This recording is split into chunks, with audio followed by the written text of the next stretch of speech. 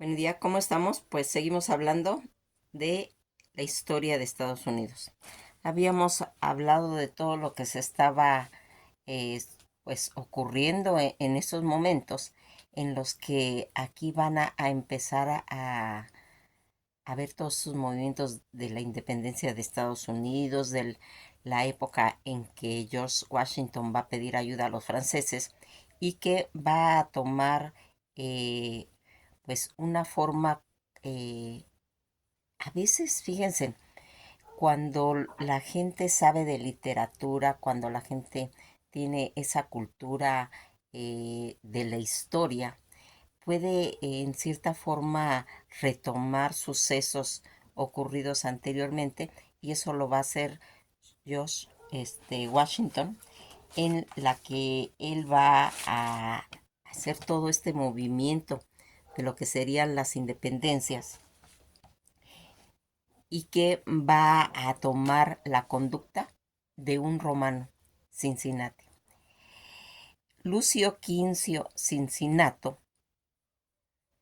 que va a ser ese patricio que era un cónsul general, posteriormente dictador romano, durante un breve periodo por órdenes del Senado Cantón, el Viejo y otros republicanos romanos hicieron de él un arquetipo en cuestión de la rectitud, de la honradez, de la integridad y de otras virtudes romanas como la frugalidad rústica y falta de ambición personal, virtudes que supo combinar con una capacidad estratégica militar y legislativa notable. Toda esta situación en la que este romano republicano va a ir haciendo, contrario al tribunato de la plebe y de todas las leyes escritas, se había retirado disgustado a su finca. Cuando él termina toda esa batalla que hace, en lugar de aprovecharse del poder que tenía, él se retira a su casa. Él era un agricultor disgustado y negándose a intervenir en la política debido a que su hijo Caeso había sido exiliado por usar un lenguaje violento contra los tribunos. Su nombre significa cabello ensortijado. Toda esta situación en la que George Washington va a tomar esa misma conducta, él también, terminando todo el proceso de la independencia de Estados Unidos, se va a retirar. Es algo que muchas personas en cuestión de la política deberían retomar para evitar todo lo que serían las dictaduras. Ahora lo hizo este presidente que acaba de salir el sexenio pasado, Manuel López Obrador, también hizo ese tipo de conducta de dejar el poder porque se podía haber reelegido, tenía ese poder de convocación que si él se hubiera reelegido, lo hubieran vuelto a poner y sin embargo va a tomar esta conducta y se va a retirar. Eso es un reflejo de las personas que son honestas, que son primeramente pues cultas, pues, al saber este conocimiento de antaño que viene desde los romanos y aplicarlo también él en su sexenio. Pues Josh Washington lo va a hacer y aquí va a empezar a hacer toda una situación eh, en la que van a empezar a entrar nuevas corrientes a Estados Unidos y que va a ir marcando lo que en determinado momento va a enriquecer toda esta situación, pues va a entrar la literatura. Esta literatura que va a plasmar eh, pues todo lo que está aconteciendo, porque la literatura mexicana es ese conjunto de obras literarias escritas en los Estados Unidos que se remontan a las tradiciones orales de los nativos americanos y que se caracteriza por haber sido influenciada por todos esos acontecimientos sociales y circunstancias difíciles en el aspecto tanto como la esclavitud y la Guerra de Secesión. Las características que se han desarrollado, se puede decir, a través de lo largo del tiempo y que ha ido evolucionando significativamente, también se puede estudiar como una tradición literaria aparte y o dentro de la literatura inglesa, porque va a absorber toda esta literatura que ya estaba ocurriendo en Inglaterra. Recuerden que ellos vienen de allá, entonces vienen arrastrando toda esa literatura en la que va a ir marcando diversos movimientos literarios como el romanticismo, el realismo, el naturalismo, el trascendentalismo, el modernismo, entre otros.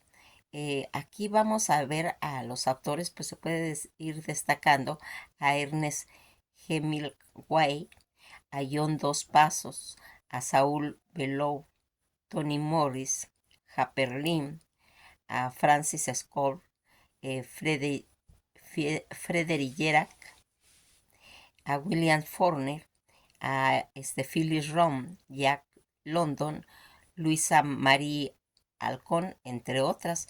Todas esas obras destacadas que se van a ir haciendo, El Gran Gatsby de Francis Scott Fitzgerald, El matar a un ruiseñor de Harper Lee, El guardián entre el centeno de Salinger, Por quien doblan las campanas de Ernest Hemingway. eh,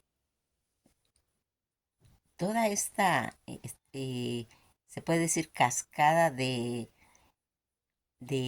escritores, pues que van a ir marcando eh, esto, este aspecto tan importante que va a ir dándole ya un marco, pues, de cultura a Estados Unidos, pues la literatura oral y escrita tradicional de todos esos pueblos indígenas que reflejaban el norte, porque aquí van a haber escritores que van a ir plasmando qué le ocurrieron a todos esos pueblos. Se conoce como la literatura nativa americana, también llamado literatura india o literatura de India americana, en lo que va a ser la literatura americana, que es ese término general que va a ir abarcando todos los cánones literarios de lo que hoy es Estados Unidos de América y que se remonta a mucho antes de que la región fuera pues solo un país. Ha evolucionado, se puede decir, significativamente con el tiempo, comenzando con las antiguas tradiciones orales de los grupos nativos americanos y que va a ser entre las pues literaturas que se va a ir marcando y que vamos a ir pues viendo a través del tiempo toda esta situación en la que hemos ido viendo cómo a- al ir evolucionando también se ha ido quitando toda esa tradición, toda esa cultura puritana en la que pues realmente tenían sus aspectos políticos y tratando de buscar una igualdad de estados en la situación. Aquí vamos a ir viendo cómo todo ese concepto de puritanos que viene atrás en contra de la mujer, en lo que va a irse mencionando todo lo relacionado con el erotismo, la sensualidad perversa, como ellos lo manejaban, va a salir un libro. Va a salir el libro de La Letra Escarlata. La Letra Escarlata que va a dibujar pues los conceptos, se puede decir, notorios acerca de la conducta en relación a la mujer y que la van a etiquetar. Es una novela de Natalie Hampton, publicada en 1850 y considerada una obra cumbre. Está ambientada en la puritana Nueva Inglaterra de principios del siglo XVIII, que va a relatar la historia de Hepter Pliny, una mujer acusada de adulterio por concebir una hija con un hombre con quien no estaba casada y que es condenada a llevar en el pecho una letra A de adulterio. Ella va a revelar la identidad del padre de su hija y a través de vivir con dignidad en una sociedad pues injusta, hipócrita. En la novela hace numerosas alusiones históricas y religiosas, explorando los temas del legalismo y del pecado y la culpa. Toda esta novela que va haciendo de subgénero de ciencia romántica ficción histórica, todo escrito en el idioma inglés, después va a ser traducida, su título original, La letra escarlata, y que va a tener ese desarrollo en Estados Unidos en 1850. Es un libro que realmente se puede decir que pequeño, de 232 páginas, y que va a ser ubicada en una ciudad puritana de Boston.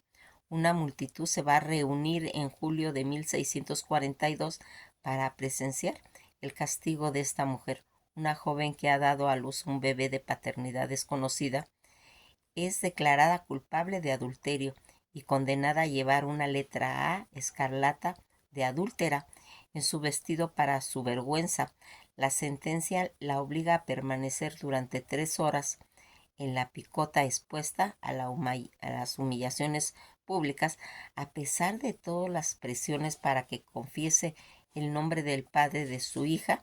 Herling se va a negar.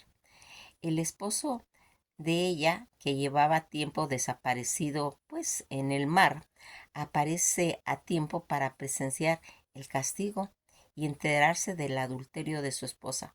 Pues encolerizado, exclama que el padre del bebé también debe ser castigado por el acto inmoral y jura encontrar al hombre.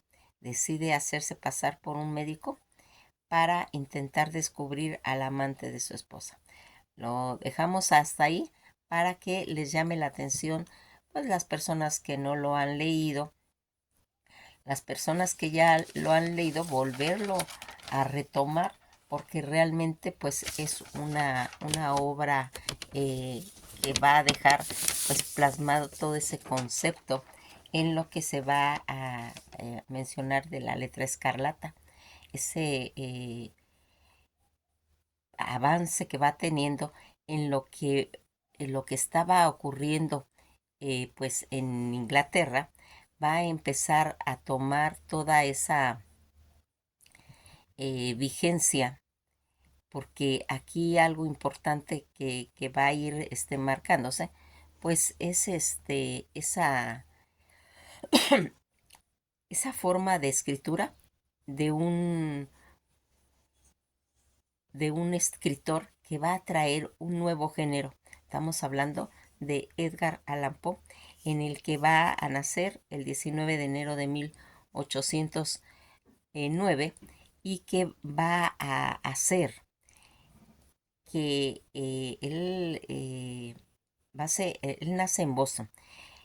Fue ese escritor, poeta, crítico y periodista romántico estadounidense que generalmente era conocido como uno de los maestros universales de los relatos cortos, el cual fue uno de los primeros practicantes en su país y de esa gran influencia de la literatura simbolista francesa que revolucionó en todo lo que estaba haciendo, porque aquí vamos a ver todo lo que se estaba ocurriendo alrededor del mundo, tanto en Inglaterra como en Francia, como en todos esos países donde la literatura estaba evolucionando, la narrativa corta perfeccionando, el relato breve como un arte. Fue recordado especialmente por cuentos de terror y considerado el inventor del relato detectivesco, siendo precursor del género del terror psicológico. Contribuyó asimismo con varias obras de género emergente en ciencia ficción. Sus obras van a irse profundizando en los rincones más oscuros de la mente humana, abriendo caminos al terror moderno y al simbolismo. Por otra parte, fue el primer escritor estadounidense de renombre que intentó hacer de la escritura un modus vivendi, lo que tuvo para él lamentables pues consecuencias. en lo que va a ir marcando. Toda esta situación en la que nosotros vamos viendo pues su educación, que él va a estudiar en la Universidad de Virginia y en la Academia Militar de los Estados Unidos, toda su ocupación de escritor, de cuentista, de poeta, crítico y periodista y editor. Todo ocurriría en lo que estuvo él activo desde 1827 hasta 1849. También va a ocupar cargos como jefe de redacción de Grams Magazine en 1841 al 42. Va a estar involucrado en todo este movimiento del romanticismo. Su seudónimo Edgar A. Perry, y todo ese género de horror, detectivesco, de suspenso, sus obras notables, pues vamos a ir viendo al Gato Negro, el retrato Val, el crimen de la calle Morgan, la narración de Arthur Gordon, el cuervo, la cara robada, el escarabajo de oro, la caída de la casa Usher y Williams Wilson, en las que aquí también vamos a, se puede decir, a ir pues incursionando en todo lo que va a ir marcando ese transitar en su literatura, como cuando vemos El Pozo y el Péndulo, en la que el Pozo y el Péndulo, que es ese cuento de Edgar Allan Poe, que se publicó en 1842, es considerado uno de los relatos más famosos del autor y que va a ir marcando toda esa espeluznante eh, relación que tiene dentro de la literatura de terror, pues transmite el abandono, la desorientación, el descontento y la desesperanza de una persona que sabe que va a morir. Toda esta situación, el nombre del relato proviene de un pozo situado dentro de la celda en la que se encuentra el protagonista, donde también hay un péndulo con una guardaña que lo tortura. En esta obra Poe demuestra su dominio sobre el lenguaje en las técnicas narrativas más efectivas para ir involucrando y hacer sentir al lector como ser un testigo directo del agobiante en el pensamiento, en las experiencias sufridas por lo que es el narrador. Larga y sin piedad va a ser la tortura, aquí por sed de sangre inocente, sin saciar, sin alimento. Ahora que la patria está protegida y rota, está la gruta fúnebre. La muerte estuvo donde ahora hay vida saludable. Son todas las situaciones que se va a ir plasmando. El narrador comienza el relato ya agotado en una oscura celda en donde la Inquisición española encierra a las personas que considera y donde la tortura que a- se va a aplicar consiste en la soledad, el abandono, la oscuridad, el frío y el hambre. El torturado protagoniza se encuentra atado en casi toda su totalidad, experimentando una angustia de conocer su próxima muerte. La dejamos ahí para que ustedes la vean. Realmente es un cuento que les va a encantar porque pues primeramente ya sabemos que es de Edgar Allan Poe. También vamos a mencionar lo que sería el corazón delator también de este Edgar Allan Poe, en el que va a ir plasmando ese cuento escrito por este estadounidense, El corazón delator, y que va a ir haciendo que en su forma de escribir, el narrador confiesa amor por el anciano al que después asesina y descuartiza violentamente. El narrador desvela su locura al intentar separar la parte del anciano que ama del supuesto ojo malvado al cual desencadena pues todo el odio del narrador. Todo este tema principal que va a ser del corazón del autor, el cuento se relata la historia de un ser que se debate entre la locura y la cordura. En su intento por probar que está cuerdo, el protagonista relata al lector cómo llevó a cabo una astucia y perspicacia en un asesinato. Toda esta situación en la que Alan Poe se inspiró para esta obra teatral se basó en la tragedia de Kentucky que ocurría en 1825. El coronel Salomón P. Chap, un famoso legislador, estuvo una relación con Anna Cobb, el cual tuvieron un hijo que nació muerto, que Sartre nunca reconoció. Todo el mensaje que nos va a dejar el corazón del autor finalmente se puede acortar que este cuento de Edgar Allan Poe revela los miedos, los desequilibrios del inconsciente humano, experimentando según los críticos por el mismo autor. De ahí la recurrencia de estos temas en su totalidad, pues de lo que va a ser esta obra. Todas estas situaciones en las que nosotros vamos a ir viendo cómo va a estar relacionado toda esta situación en la época en lo que más adelante va a empezarse pues a marcarse con lo que va a estar involucrado el país en lo que sería más adelante la guerra de secesión, la guerra que consiste en una guerra civil estadounidense o guerra de secesión. Fue una guerra civil de los Estados Unidos entre la Unión y la Confederación, que va a ir haciendo desde el día 12 de abril de 1861 al 26 de mayo de 1865, que se formó en 1861 por, por estado que se había separado de la Unión.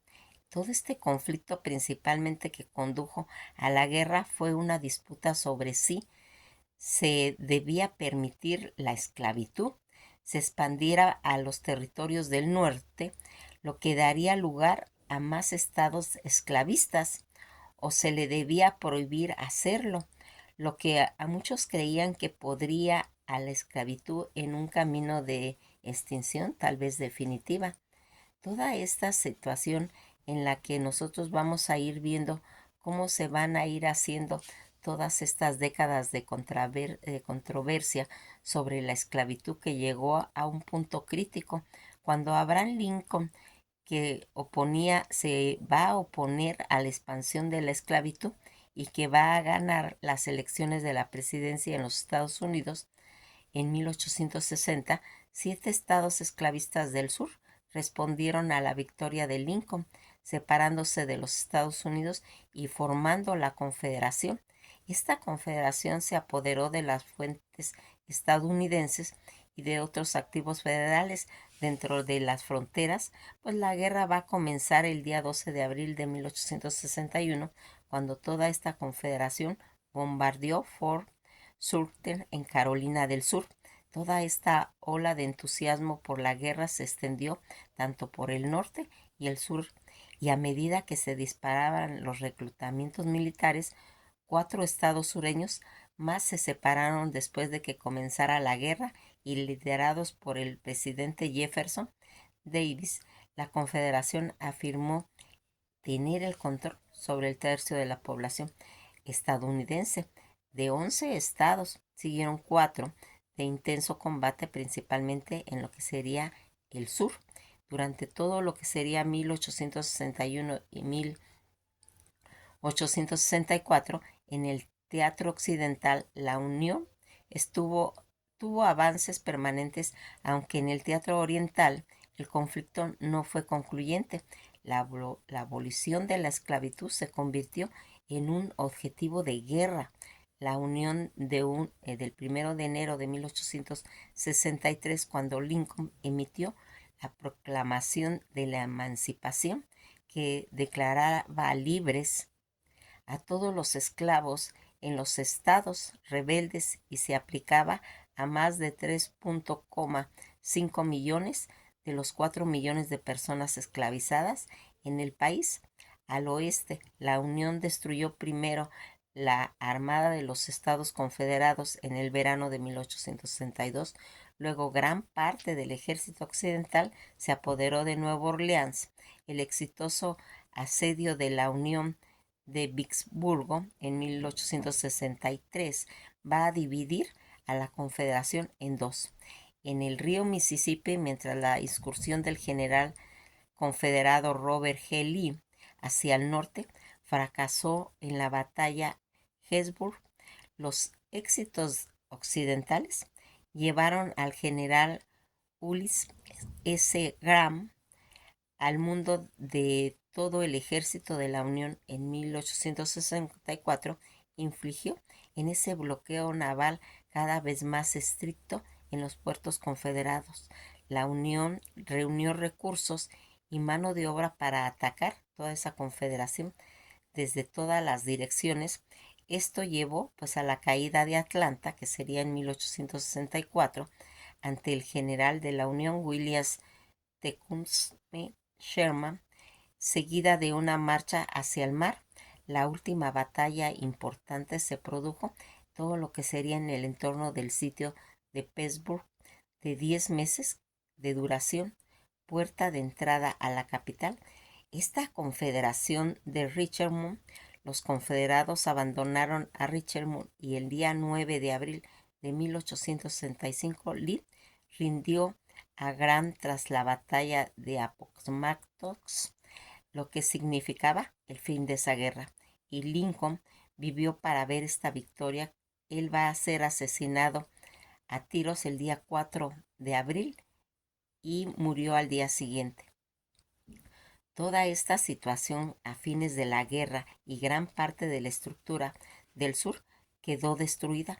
La Confederación se derrumbó y se abolió la esclavitud y se liberaron 4 millones de personas negras esclavizadas. La nación, devastada por la guerra, entró entonces en la era pues de la reconstrucción, de un intento de reconstruir un país tras de vuelta a los antiguos estados confederados, a los Estados Unidos, y conceder derechos civiles a los esclavos liberados.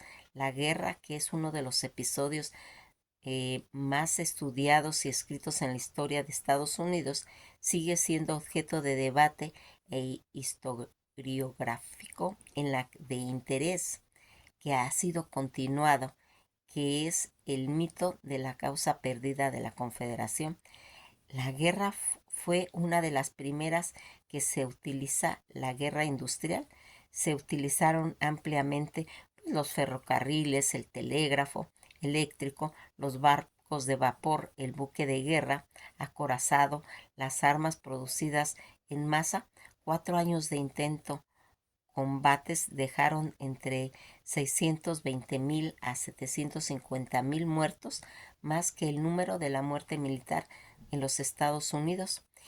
En todas las demás guerras combinadas, al menos hasta aproximadamente lo que sería más adelante la guerra de Vietnam, junto con un número indeterminado tanto de víctimas civiles, lo que convirtió a la guerra civil en el conflicto militar más mortífero de la historia estadounidense. La tecnología y la brutalidad de la guerra de secesión presagiaron las guerras mundiales de lo que vendría más adelante en los siglos siguientes. Aquí nos vamos a quedar porque vamos a seguir hablando de lo que va a estar involucrado todo este motivo de las literaturas en las que vamos a ir viendo, pues retomando todas esas influencias de la literatura inglesa, donde está Frankenstein, donde está Drácula, y que nos vamos a adentrar en lo que sería la cabaña del tío Toms, que habla sobre todos estos asuntos relacionados con la esclavitud. Que pasen un día muy agradable y esto fue todo por hoy.